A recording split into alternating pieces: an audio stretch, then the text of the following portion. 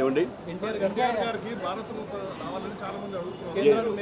నిజంగా ఇది వారికి ఎంతైనా రావడం సముచితం, రావాలని నేను కూడా మనస్ఫూర్తిగా అభిలషిస్తున్నాను, రావాలని కోరుకుంటున్నాను. ఏపీలో కూటమి ప్రభుత్వం అధికారంలోకి వస్తే ఆ దిశగా ప్రయత్నాలు చేస్తారు సార్. అది ప్రభుత్వ పరంగా చేస్తే కనుక త్వరితగతిన ఇది సాకారం అవుతుంది.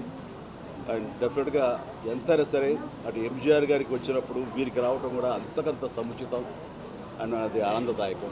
దానికి నేను ఎదురు చూస్తుంటాను, నేను కోరుకుంటున్నాను రామారావు గారికి భారతరత్న రావాలి. ఏమా నేను రాజకీయాలకు అతీతంగా ఉన్నాను అనుకోవచ్చు.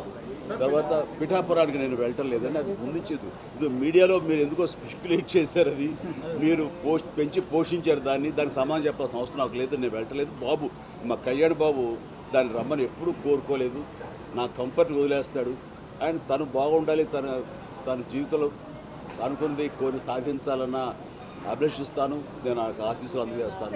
దానికి నేను తనతో పాటు నేను ఉన్నాను అని చెప్పేందుకు మొన్న ఒక వీడియో బయట ఇచ్చాను. అండ్ ఖచ్చితంగా మా తమ్ముడి యొక్క అభివృద్ధిని, మా తమ్ముడు రాజకీయంగా ఎదగటానికి ఎప్పుడు మా కుటుంబ సభ్యులు మేము మనస్ఫూర్తిగా మనసావాచ కోరుకుంటాం.